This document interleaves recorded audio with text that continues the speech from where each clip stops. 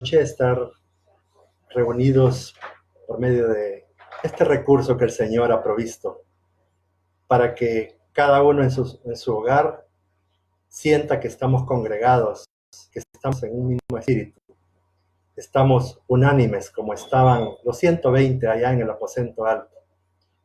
Esta noche vamos a orar, hermanos, para suplicarle al Señor que nos ministre con su Santo Espíritu.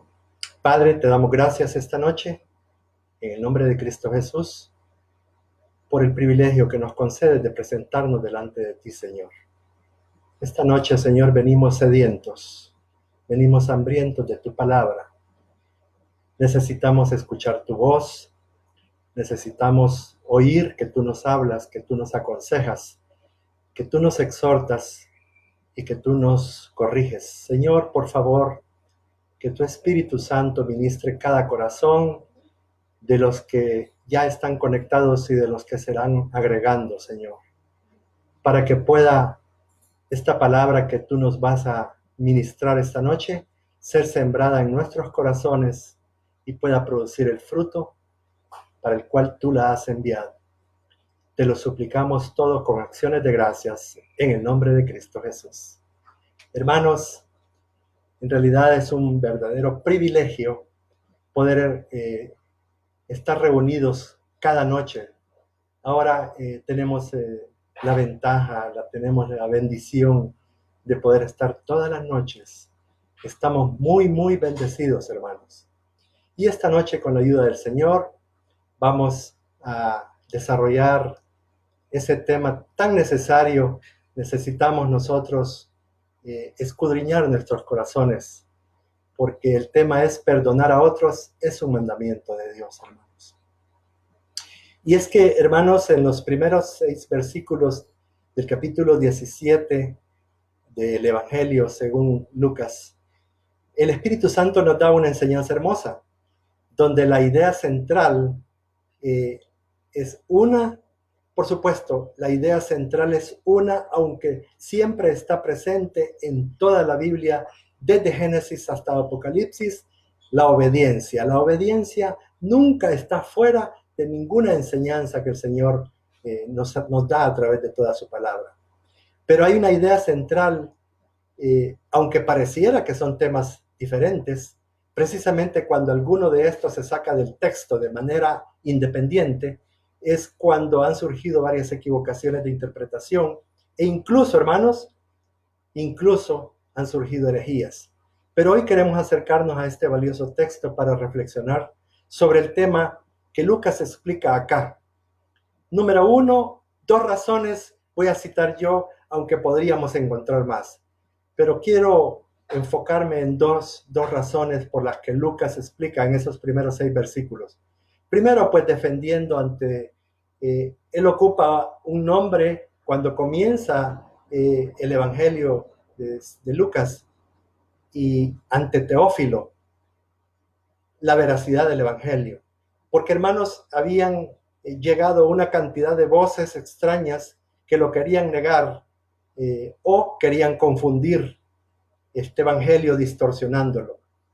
Y en el mejor de los casos o peor de los casos, habían infiltrado las iglesias, hermanos, los judaizantes, que querían hacer que los hermanos que habían recibido a Cristo y estaban caminando en la doctrina de nuestro Señor Jesucristo, querían que observaran la ley, que se circuncidaran, que guardaran mandamientos y algunas veces mandamientos que habían creado los fariseos, ¿verdad? Los saduceos. Pero querían negar, hermanos, la eficacia del Evangelio o confundir o distorsionar las enseñanzas de nuestro Señor Jesucristo. Y una segunda razón es que este Evangelio lo escribió para enseñarnos a nosotros cómo los cristianos debemos de vivir en el reino de Dios. Hermanos, eso es muy importante, porque nosotros debemos de saber que nuestra conducta en el Evangelio del Señor tiene que ser de acuerdo a los estándares que el Señor dejó en su palabra. Lucas quiere resaltar en estos primeros versículos, hermanos, una necesidad y un mandamiento de Dios para los que tenemos el deber de practicar siempre, para la correcta convivencia entre nosotros dentro del reino de Dios. Y eso es el perdón. Hermanos, Lucas quiere que nosotros, quería y quiere que nosotros realmente nos demos cuenta de lo que significa el perdón. Necesitamos hablar de este tema del perdón entre los cristianos, por el resentimiento que se acumula en el corazón de hombres y mujeres que se sienten ofendidos o lastimados, hermanos, algunas veces heridos, aunque tratamos de cubrir el resentimiento con una falsa piedad diciendo, no, yo ya lo perdoné o ya la perdoné. En mi corazón yo ya lo perdoné. Pero, hermanos, precisamente esa falta de verdadero perdón hace que familias, que personas, que iglesias, que matrimonios que se aman y amistades de mucho tiempo sean rotas y en lugar de vivir la vida plena del reino que Dios ofrece, viven bajo el imperio de Satanás por el orgullo o la obstinación no rendidos. El perdón, hermanos, para los cristianos no debería de ser una opción. No deberíamos nosotros de considerarlo como una opción, sino deberíamos de verlo como un mandato de Dios que nos da. Vamos a leer los primeros 4 versículos, hermanos, del capítulo 17 del Evangelio de Lucas y vamos a ir viendo cómo se plantea este tema bajo la perspectiva del Evangelio de Lucas. Y dice capítulo 17, versículos del 1 al 4. Yo voy a leer una versión que está derivada de la Biblia de las Américas y probablemente algunas palabras pues suenen un poquito diferentes, pero el mensaje central no se pierde, que es lo importante. Dice el versículo 1, Jesús dijo a sus discípulos, es inevitable que vengan tropiezos. Fíjense, hermanos, que esta palabra tropiezos en algunas versiones que han traducido del griego original, la plantean como escándalos. Es inevitable que vengan escándalos, tropiezos, pero hay de aquel por quien vienen. Verso 2.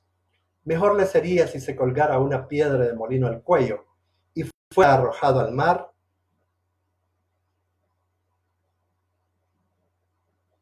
El que hace tropezar a uno de estos pequeños, dice el Señor. Verso 3. Tengan cuidado, dice. Si tu hermano peca, repréndelo. Y si se arrepiente, perdónalo. Y si peca contra ti 7 veces al día y vuelve 7 veces diciendo me arrepiento, perdónalo.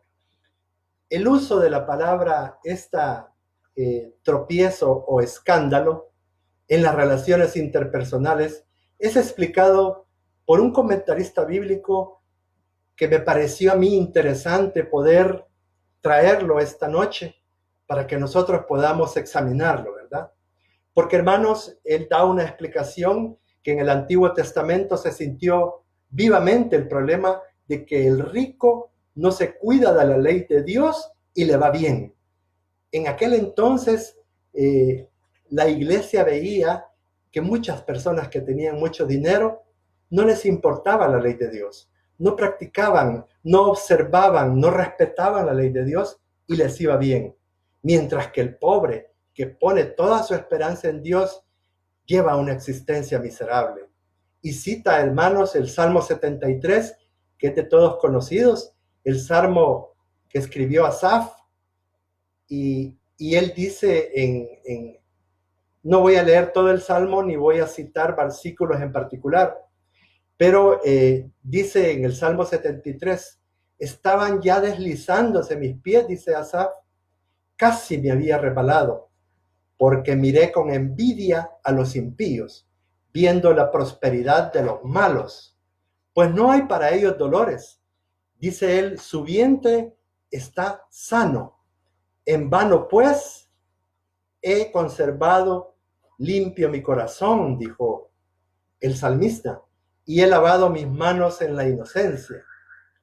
Púseme a pensar para poder entender esto, pues era ciertamente cosa ardua a mis ojos, hasta que penetré en el secreto de Dios. allá en la Biblia Reina Valera, dice hasta que entré en el santuario, dice. Él dice aquí, hasta que penetré en el secreto de Dios y puse mi atención a las postrimerías de esto, refiriéndose a los ricos, a las personas que tenían mucho dinero, vivían en opulencia y no les importaba, hermanos, guardar y respetar la palabra de Dios. Tampoco en la antigua iglesia fueron siempre tratados los pobres como los elegidos de Dios, como los alabados en la predicación del Evangelio. Pablo tuvo que escribir a la comunidad de Corintio, amonestando a los hermanos, y les dijo, así pues, esto está en el capítulo 11, de Primera de Corintio, cuando él habla de la Santa Cena. Así pues, cuando os congregáis en común, eso no es comer la cena del Señor, pues cada cual se adelanta a comer su propia cena. Y hay quien dice pasa hambre y hay quien se embriaga. ¿Tenéis tan poco las asambleas del Señor que avergonzáis a los que no tienen? Dice el apóstol. Esto está en 1 Corintios 11, 20 al 22. El rico sin piedad es un escándalo para los pobres, hermano. El discípulo de Jesús, el cristiano, debe ponerse en guardia para no dar escándalo, para no poner tropiezo a nadie.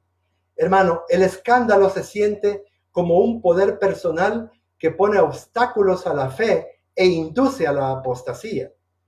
Porque cuando alguien pone tropiezo a otra persona, normalmente, hermano, el punto focal de los ataques del enemigo en las iglesias son los recién convertidos, ¿verdad? Porque son personas que todavía no tienen un fundamento muy profundo en las escrituras.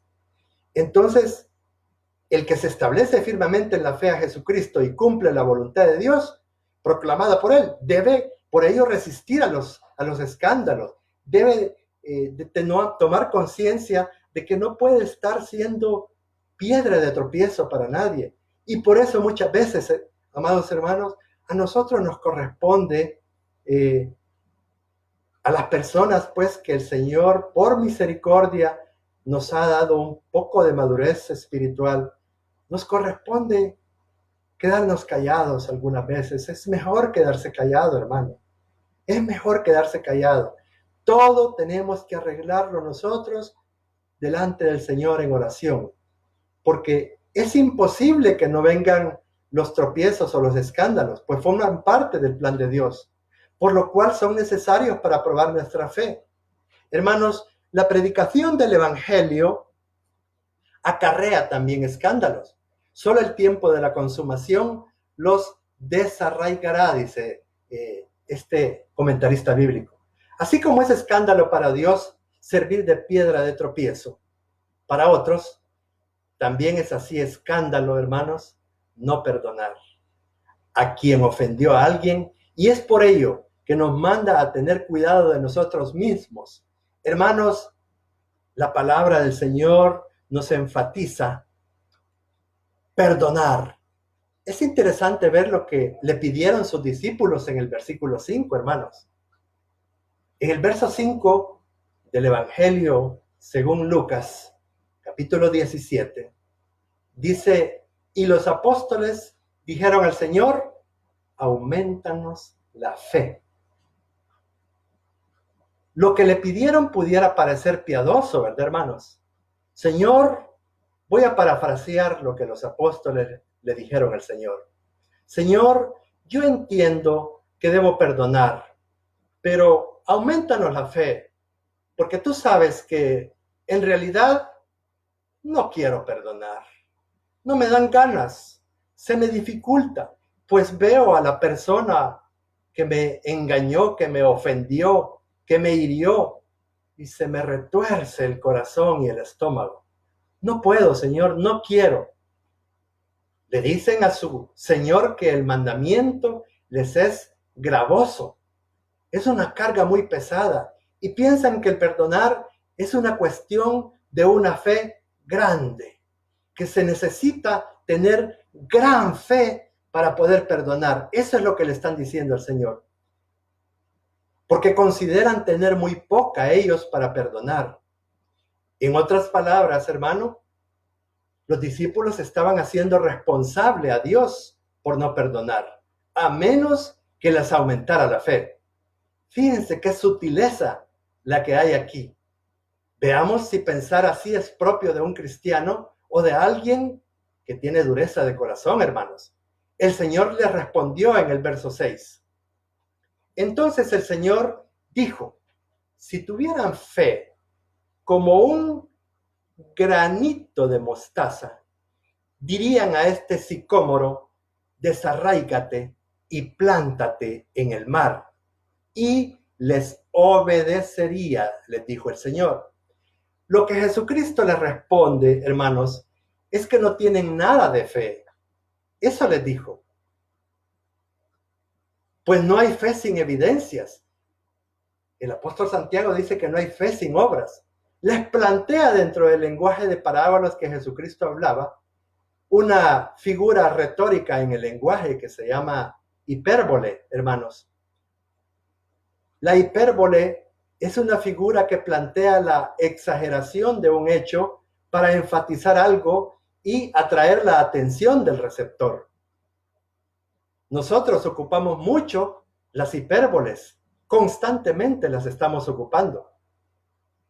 Por ejemplo, nosotros tenemos frases como, todo el día he estado aquí parado esperándote. Y algunas veces ha estado unas 2 o 3 horas esperando a alguien y está tan impaciente por el tiempo que estuvo esperando que le dice, qué tremendo, todo el día te he estado esperando aquí. Hay otra hipérbole, por ejemplo, cuando nosotros hemos dicho o escuchamos decir, ya te dije 100,000 veces que hagas esto y no lo has hecho. 100,000 veces. O a veces, algunos de nosotros hemos dicho, tengo tanta hambre que me comería una vaca entera. O algunas veces nosotros hemos dicho, para ilustrar de una manera hermosa en el matrimonio, en el noviazgo, te amo hasta el infinito, le dice ella a él o él a ella, y más allá. Por eso no debemos tomar a la ligera lo que el Señor dice de esta manera. Cuando usó esta hipérbole, nos quiere demostrar una realidad. Y la realidad que nos quiere demostrar es que ustedes piden para poder perdonar a alguien, les dijo, que su fe sea aumentada. Porque piensan que el perdón es una cuestión de tener una fe grande. Y no es así, les dijo el Señor. Es cuestión de obediencia. El Señor les dijo, perdonar es cuestión de obediencia. Lo que sucede es que no tienen nada de fe, porque la fe sin obras es muerta. Lo dice Santiago en el capítulo 2 y verso 17, hermanos. El libro de Santiago, capítulo 2 y verso 17, dice, así también la fe por sí misma, si no tiene obras, está muerta. Cuando experimentamos el regalo de la salvación, hermanos, ocurre la primera de 3 cosas maravillosas y sobrenaturales. En el instante ese en que nosotros fuimos encontrados por el Señor, en ese momento tan glorioso que nunca ninguno de nosotros vamos a olvidar jamás, cuando Cristo llegó a nuestra vida y entró a nuestro corazón. Qué momento más hermoso, ¿verdad? Todos lo vamos a recordar, hermanos, eternamente, diría yo. Cuando experimentamos ese regalo de la salvación, ocurre la primera de 3 cosas maravillosas. La primera cosa que ocurre es la justificación, que es la absolución divina de nuestros pecados y transgresiones, hermano. Ahí ocurre el perdón y olvido.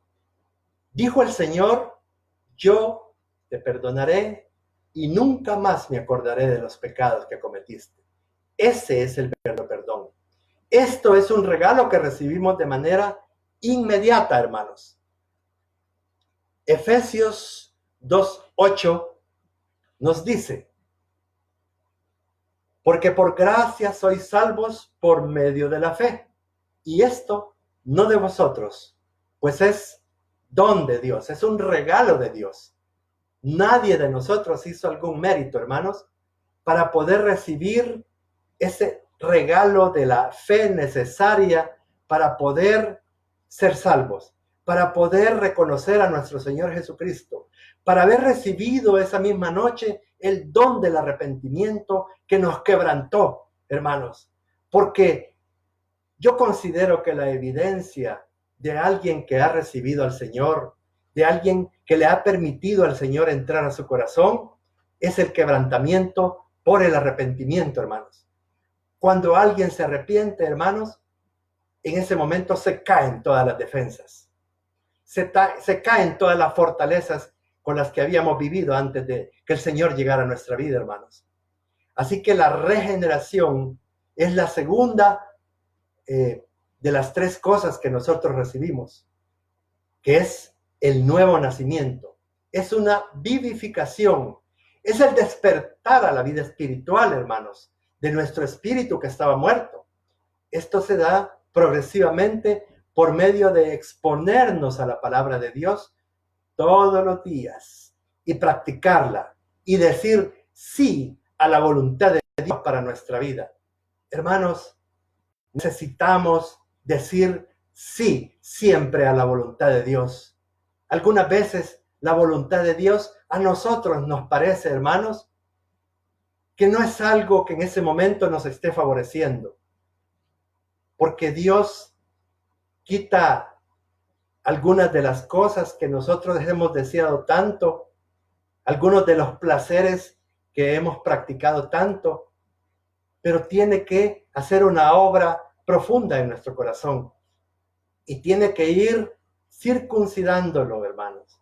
Acordémonos que la circuncisión es cortar de nuestro corazón las cosas que impiden que el Señor haga esa obra maravillosa de regenerarlos, hermanos, de regenerarnos a cada uno de nosotros. Y esa circuncisión, pues en algunos momentos nos tiene que doler, hermanos, porque nos vamos a ver voluntariamente forzados, como que no, la frase de voluntariamente forzados, como que es contradictoria, pero en realidad, hermanos, nosotros por voluntad propia tenemos que dejar algunas cosas, aunque nos duela. Algunas veces, hermanos, vamos a tener que derramar lágrimas para dejar algunas cosas que las hemos abrazado nosotros y que nos hemos acostumbrado a ellas, pero que desagradan a Dios. Y cuando nosotros encontramos en la palabra que estamos desagradando a Dios, tenemos que alinearnos a su voluntad para nuestra vida, hermanos. La tercera cosa, hermanos, es la santificación. La santificación es apartarse de la corriente de este mundo para nuestro Dios. Es consagrar nuestra vida para obedecer, amar, adorar y servir única y exclusivamente a nuestro Señor Jesucristo, hermanos. Para esto debemos arrepentirnos, debemos humillarnos, debemos rendir nuestra vida al Señor y apartarnos de todas nuestras maldades. Es estar siendo limpiados de nuestras inmundicias e ídolos. Todos conocemos ese versículo en el libro de Ezequiel, capítulo 36 y verso 25, donde el Señor dice que esparciré agua limpia y os limpiaré, dice el Señor, de todas vuestras inmundicias y de todos vuestros ídolos. Porque, hermanos, en mayor o menor cantidad, todos hemos llegado a los pies del Señor, al Evangelio, con nuestro corazón lleno de ídolos y lleno de inmundicias. El Señor tiene que irnos limpiando, pero nosotros debemos disponernos voluntariamente, hermanos, para que el Señor pueda hacer esa obra. Solo aquel que ha sido regenerado va a perdonar, hermanos. El que se sabe perdonado por Dios, perdona a otro, aunque no tenga el deseo. El cumplimiento de este o de cualquier otro mandamiento de Dios es cuestión de obediencia por agradecimiento. Gratitud profunda que mueve nuestra voluntad, hermanos, por lo que Dios ha hecho, no solo en nuestra vida, hermanos, sino en la de nuestros hijos, en la de nuestra familia, en los que están próximos y en muchos testimonios que hemos visto nosotros, hermanos, de personas que un día, al igual que nosotros, estuvieron en esclavitud, pero fueron liberados de la esclavitud de Egipto después de recibir ese don maravilloso de la fe para ser salvos. El cumplimiento en obediencia a estos mandamientos es o debería de ser por agradecimiento, por la salvación recibida por gracia. Alguien que dice que cree en el Señor, pero que no quiere perdonar, no quiere humillar su corazón y buscar que les sea impartido el don de arrepentimiento. Hermanos, la palabra de Dios es viva y eficaz. Y cuando el Señor trae a nuestra vida, a nuestro corazón, una palabra, es con el propósito de liberarnos, de que nos demos cuenta la situación y la condición en la que nosotros estamos viviendo, para que nosotros podamos disponer nuestra mente y nuestro corazón en obediencia al Señor, porque sabemos que Él nos va a conducir aquí vivos y después de muertos también nos seguirá conduciendo hasta el monte Sión, que es su morada eterna. Entonces, Efesios capítulo 4, los versos 31 y 32, nos ilustran un poco más con respecto a lo que el Señor quiere que nosotros dispongamos para que Él pueda hacer esa obra. Efesios capítulo 4, versos 31 y 32, dice: sea quitada de vosotros toda amargura, enojo, ira, gritos, maledicencia, así como toda malicia. El verso 32 dice: sed más bien amables unos con otros, misericordiosos, perdonándoos unos a otros, así como también os perdonó en Cristo, dice la Biblia de las Américas. ¿Qué significa la palabra maledicencia, hermanos? La palabra maledicencia significa hablar mal o desfavorable de otros, criticar para dañar su prestigio, sea un hermano en Cristo o de sangre, sea una autoridad, sea un gobernante, sea de un familiar, sea de un vecino. Pero en Colosenses capítulo 3, versos 12 y 13, nos deja aún más claros la palabra del Señor. Colosenses capítulo 3, versículos 12 y 13, nos dice: entonces, como escogidos de Dios, santos y amados, revestidos de entrañable compasión. Fíjense que esta palabra entrañable en algunas traducciones se traduce como tierna compasión, hermanos. Profunda compasión. Entonces dice el versículo completo, el 12. Entonces, como escogidos de Dios, santos y amados, revestidos de entrañable compasión, bondad, humildad, mansedumbre y paciencia. Y el verso 13 dice: soportándoos unos a otros y perdonándoos unos a otros. Si alguno tiene queja contra otro, como Cristo os perdonó, así también hacedlo vosotros. La palabra nos está enviando una vez más a que seamos obedientes. Cristo nos está diciendo que tenemos que perdonar así como Él nos perdonó. Una vez más, la base para perdonar es la obediencia por el agradecimiento al perdón recibido. inmerecidamente. Hermanos, tenemos que estar muy conscientes que el perdón que nosotros hemos recibido es inmerecidamente, hermanos. Es inmerecidamente. Entonces, ahora vemos nosotros, hermanos, que el Señor quiere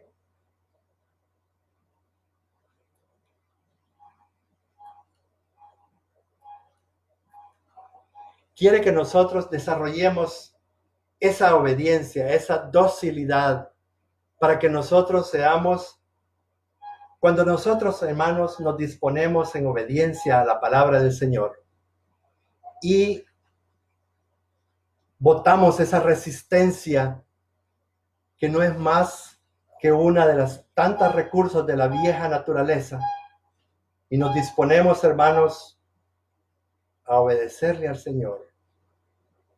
Nosotros, hermanos,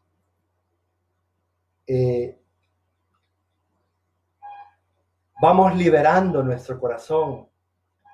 El Señor empieza a reparar los portillos. El Señor empieza a hacer una obra, hermanos, profunda en nuestra vida, en nuestro corazón.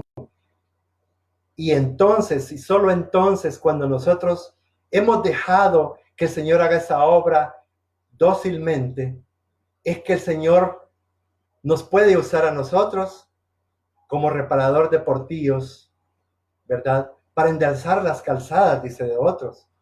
Entonces, la fe se puede falsificar, hermanos, con palabras, pero nuestra conducta todos los días la autentica. La entrañable compasión del versículo 12 se debe de notar en nuestra conducta, ya que cualquiera, hermanos, puede decir, soy cristiano, pero en las decisiones y actitudes diarias es que mostramos nuestra verdadera fe. Y en este caso, es el perdón que debemos conceder si tenemos algo contra lo que nos ha hecho alguien. Vístete de sentimientos entrañables, de compasión, dice el Señor.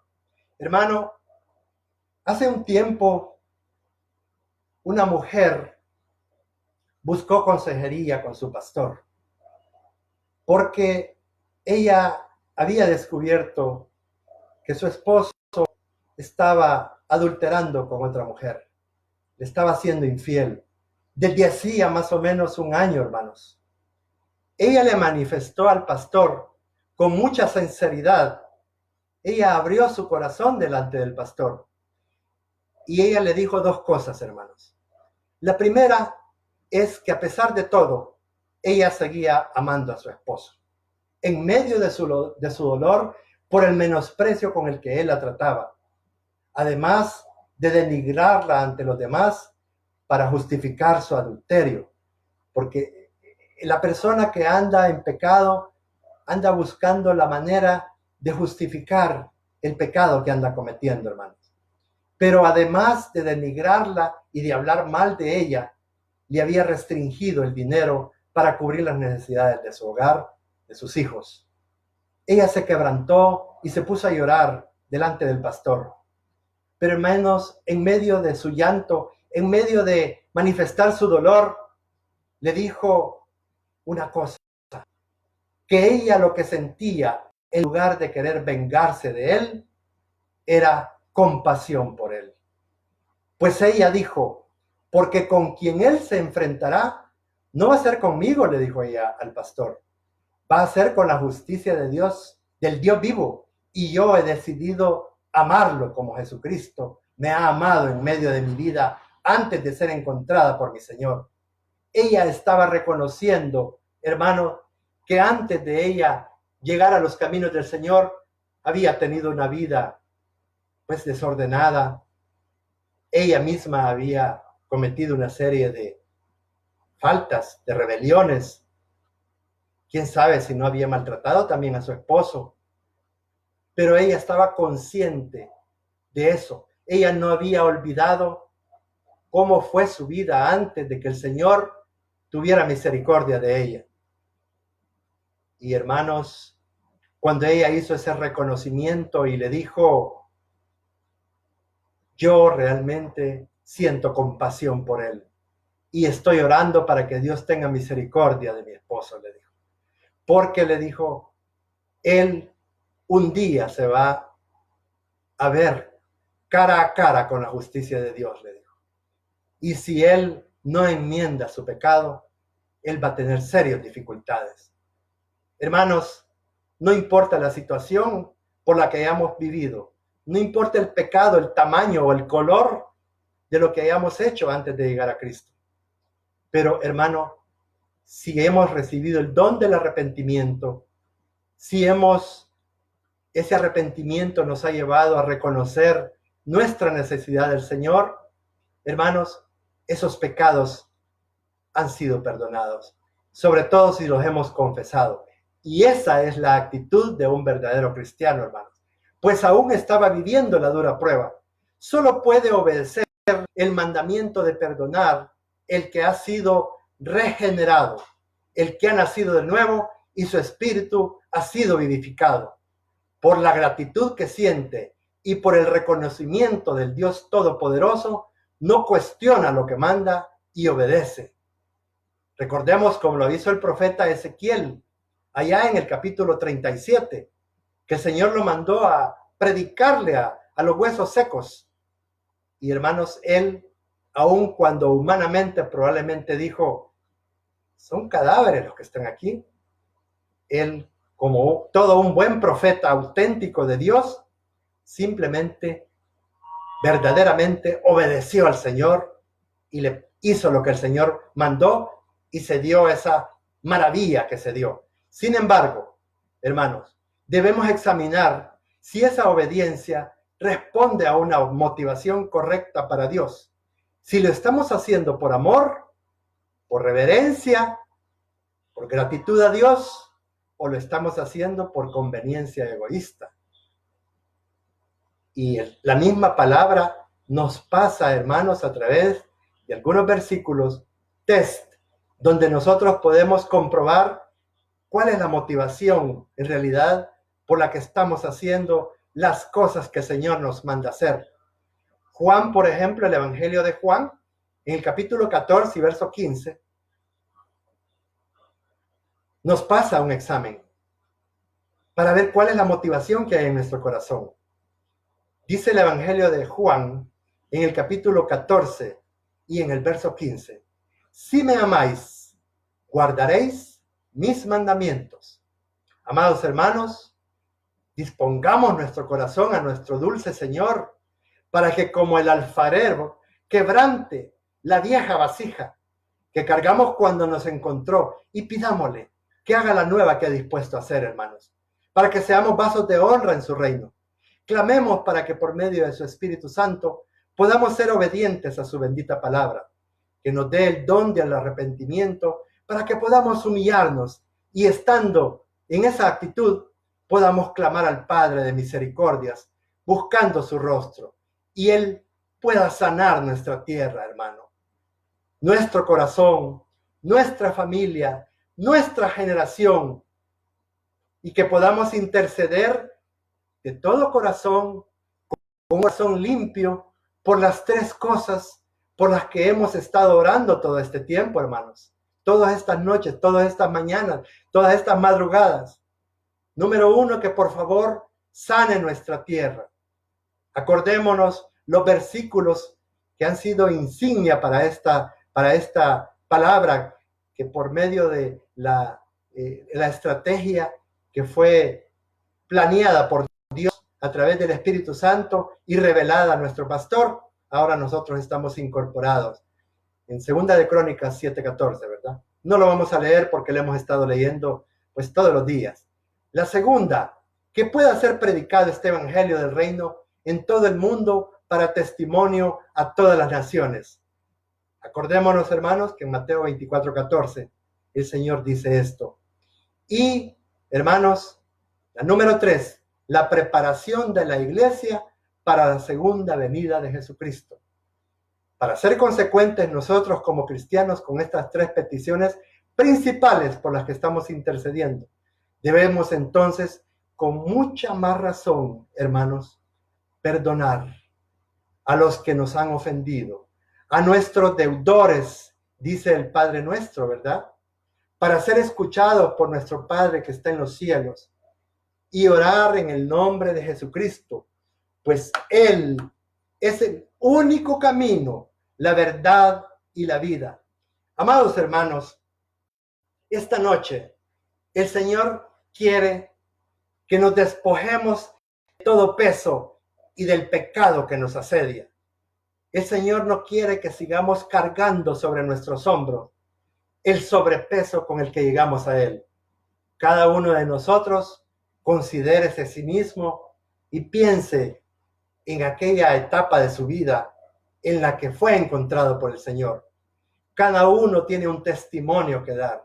Cada uno sabe la obra maravillosa que el Señor comenzó a hacer esa noche, ese día. No sé a qué horas le tocó a usted, hermano. A mí me tocó una noche en una iglesia en casa, ya les he contado yo, ¿verdad? Que por primera vez yo estaba en una reunión cristiana, hermano, y pues me sentí un poco extraño porque no estaba acostumbrado, pero el Señor Jesucristo ya me estaba esperando en esa reunión.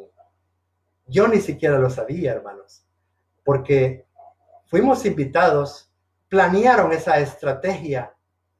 La líder de la iglesia en casa que nos recibió y mi esposa.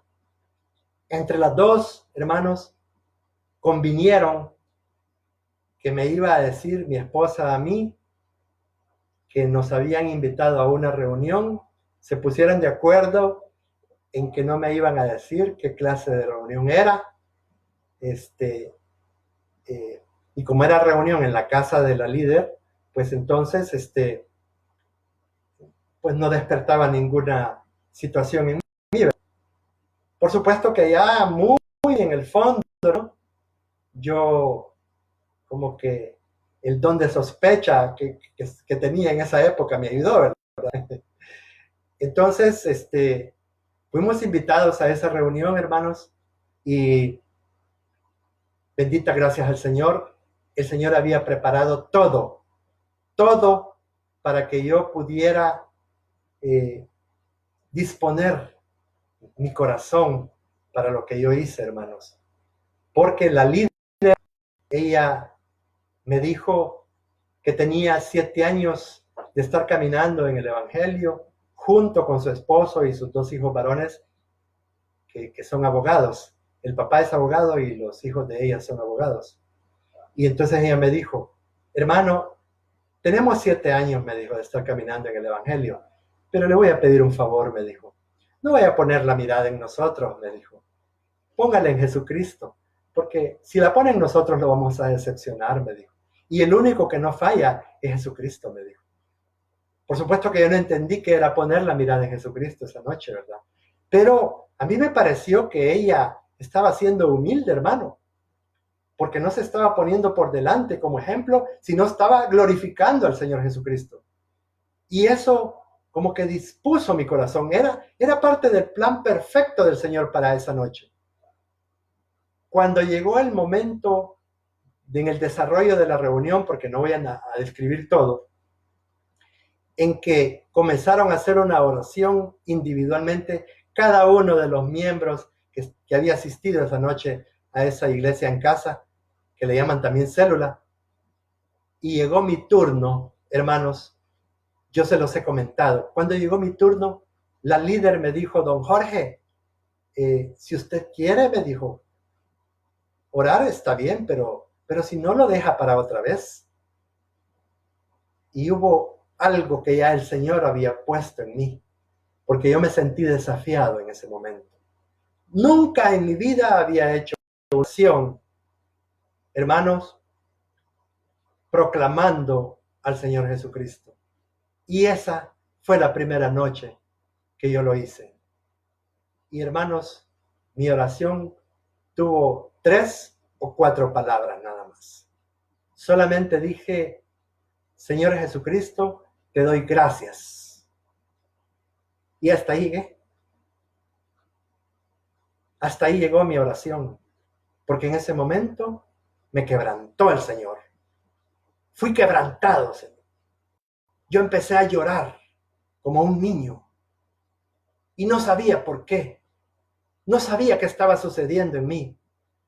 Pero lo que sí sentía es que me estaba aliviando esa carga con la que yo andaba, hermanos. Porque después de que lloré, no recuerdo si retomé la oración. No lo puedo recordar porque no sé cuánto tiempo lloré. Y ellos fueron muy respetuosos. Permitieron que yo derramara mi corazón delante del Señor. Hermanos, esa noche terminó la reunión, tomamos el refrigerio, oramos, y cuando nos encaminamos junto con mi esposa para el automóvil donde nos conducíamos, antes de abrir la puerta del automóvil, yo volví a ver hacia el cielo y le dije unas palabras a mi esposa esa noche. No había duda que Jesucristo había entrado a mi corazón, porque yo estaba repitiendo palabras bíblicas, hermanos, sin conocer en absoluto la Biblia. Yo le dije a mi esposa, ¿sabes qué siento? Y me dijo ella, ¿qué sientes? Siento, le dije, que ha nacido dentro de mí una esperanza, le dije. Gloria a Dios, hermanos. Porque estaba yo diciendo por mi boca que había nacido en mi corazón Jesucristo, que es la esperanza de gloria, sin conocer la Biblia. Hermanos, esta noche el Señor nos ha animado, nos ha exhortado a que nosotros podamos ser obedientes a su palabra.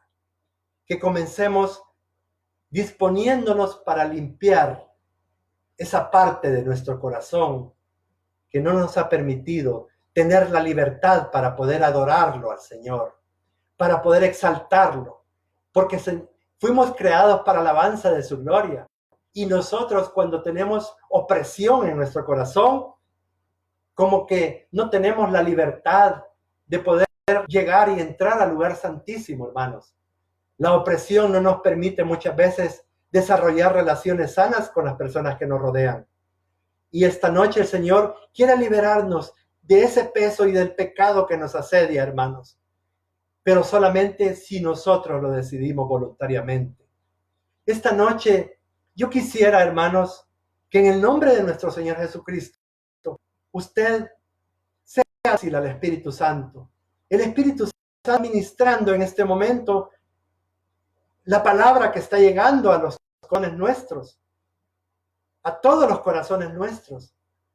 Y esta noche quisiera que juntos podamos hacer una oración para suplicarle al Señor que nos libere, que nosotros podamos aferrarnos al trono de la gracia, hermanos, y encontrar la misericordia que el Señor tiene dispuesta para que nosotros esta noche podamos ser libres de esa carga, de la falta de perdón, que no nos permite tener unas buenas relaciones con muchas de las personas que nos rodean, hermanos. Porque a unos les encontramos un defecto, a otros les encontramos otro defecto, a otros les notamos, siempre andamos viendo la paja en el ojo ajeno. Y el problema no está en el ojo ajeno. El problema central está en la viga que tenemos en nuestro ojo, hermano. Pero esta noche el Señor quiere que nos liberemos de esa viga. Yo lo voy a invitar esta noche a que juntos podamos orar ahí donde usted está. Si usted quiere arrodillarse, hágalo. Porque si usted siente en su corazón que se quiere arrodillar, es el Espíritu Santo el que lo está moviendo. No reprima la obra que el Señor quiere hacer. Si usted quiere ponerse de rodillas, hágalo, hermano. Porque eso solamente va a decirle al Señor que sí, usted está dispuesto y que tiene su corazón abierto para que Él pueda hacer esa obra que Él quiere hacer en cada uno de nosotros. Oremos esta noche, hermanos, para pedirle, para suplicarle al Señor. Padre de misericordias, te damos gracias y te queremos pedir perdón en el nombre de nuestro Señor Jesucristo. Porque, Señor, No queremos hacer vana el sacrificio de nuestro Señor Jesucristo en la cruz del Calvario.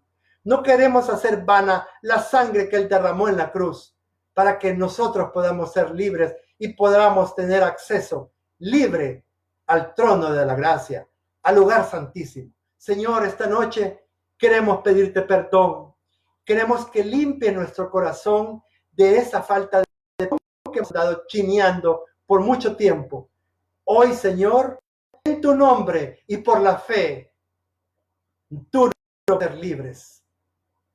Porque tu palabra así lo dice, que si tú nos libertares, seremos realmente libres, verdaderamente libres. Señor, queremos tener esa libertad para adorarte, para bendecirte, para exaltarte. Señor, para alabarte con nuestra vida, con nuestro testimonio. Porque, Señor, no solamente te alabamos cuando estamos cantando alabanzas con música y con letra. Te alabamos también cuando nosotros mostramos al Cordero en nosotros, que es manso y humilde de corazón. Perdona, Señor, que había yo resistido a perdonar. Si usted se acuerda, hermana, hermano, a quién es que usted no había podido perdonar, dígaselo al Señor esta noche. Hoy, en el nombre de Jesucristo, perdono y póngale el nombre de la persona que en el pasado le causó alguna molestia, alguna herida, alguna ofensa, lo defraudó en algo. Si por causa de él, algo, hoy es el tiempo de perdonar, hermanos, porque el Señor nos ha metido en esta cuarentena precisamente para que nosotros nos pongamos a cuentas con Él. Debemos de tener cuentas cortas con el Señor. No dejemos que las cuentas se nos hagan muy grandes, hermanos. Mejor vayamos pidiendo perdón por los pecados pequeños, esos pequeños pecados que la Biblia los identifica como las pequeñas zorras que pueden destruir un viñedo, pueden destruir nuestro corazón si nosotros no los atendemos. El Señor está con los brazos abiertos. Siempre ha estado con sus brazos abiertos para abrazar a quien ha regresado a su pecho, a su regazo, con arrepentimiento y lleno del propósito de ser libre para amarlo y adorarlo solo a Él. Esta noche, hermanos, también quisiera orar por las personas que no han tenido a Cristo en su corazón, o que si en algún momento de su vida caminaron con Cristo, lo han dejado por la corriente de este mundo. Señor, te suplico en el nombre de Cristo Jesús, los hermanos que un día estuvieron a tus pies, alabándote y bendiciéndote, y que se descuidaron, Señor, y no pudieron ponerse la armadura, no pudieron ponerse el yelmo de la salvación para guardar sus pensamientos, no pudieron poner el escudo de la fe para apagar todos los dardos de fuego del enemigo, y no dejaron de empuñar la espada del Espíritu, que es tu palabra. Señor, con ellos ten misericordia y dales un corazón dócil esta noche para que puedan ellos decirte: Señor, me arrepiento de haber estado alejado de tu camino, pero permíteme volver. Tómame de mi mano esta noche. Aquí está mi corazón, Señor, para que tú lo limpies. Quiero andar en tus caminos, Señor, porque sé, Señor, que los tiempos se están acortando, que ya estamos en principios de dolores y son dolores de parto. Hermanos, tenemos que estar a cuentas con el Señor. Y esta noche el Señor, de una manera hermosa, nos ha dicho que quiere que nosotros vayamos delante de su presencia porque quiere limpiar nuestros corazones.